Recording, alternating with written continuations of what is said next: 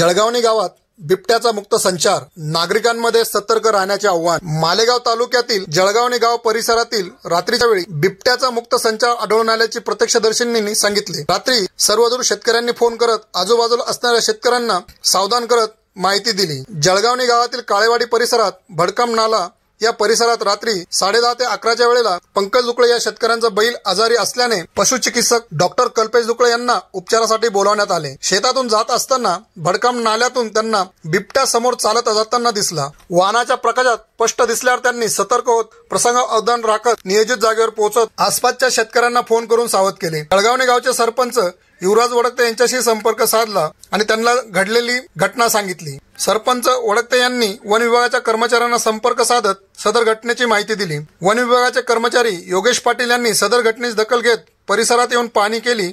आज रोजी काही निदर्शनास येत नाही, तरीही परिसरातील नागरिकांनी सतर्क राहून खबरदारी घेत राहावी अशी माहिती दिली। यावर योग्य ती कारवाई करत काळेवाडी परिसरातील नागरिकांचे व त्यांच्या पशुधनाचे बिबट्यापासून संरक्षण करावे अशी मागणी वन विभागाच्या कर्मचाऱ्यांकडे जळगावणे गावचे सरपंच युवराज वडकते यांनी केली।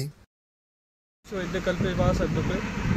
तर मी रात्री भडकाम काळेवाडी एरियात आमच्या काकांचा पंकज दुकळे त्यांचा बैल आजारी असल्या कारणाने गेलो होतो। तर तिथनं परत होताना मला रस्त्यात बिबट्यासारखाच प्राणी दिसला।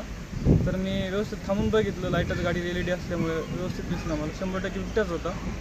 त्यामुळे सरकारने त्याची काही दखल घ्यावा, कारण परिसरात वातावरण खूप भयानक झालं। त्याच्यामुळे रात्री बरेचसे सर्व लोक जागेच होते।